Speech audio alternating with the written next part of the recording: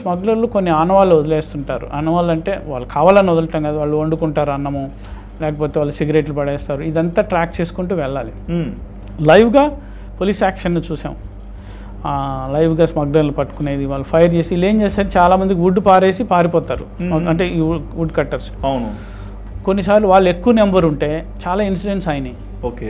ఒకసారి ఒక 2 ఫారెస్ట్ అధికారులు వెళ్తుంటే వాళ్ళు స్మగ్లర్లు చాలా ఎక్కువ నెంబర్లో ఉన్నారు. వీళ్ళిద్దరే ఇట్లా తిరుగుతున్నారు. వాడి ఇంట్లో పడుకొని ఉంటాడు smuggler, forest officer David Karunakar అని. ఫేమస్ ఎపిసోడ్ అది. ఫోన్ వస్తుంది, స్మగ్లర్లు ఉన్నారు ఫారెస్ట్లో అని, శేషాచలం ఫారెస్ట్.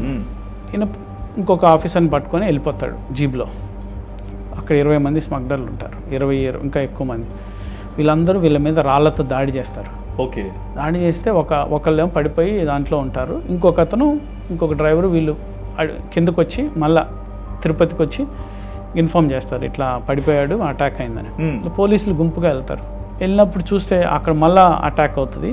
అయితే వాళ్ళలో ఒకళ్ళు చచ్చిపోతాడు. స్మగ్లర్ ఒక ఫారెస్ట్ ఆఫీసర్ చనిపోతాడు.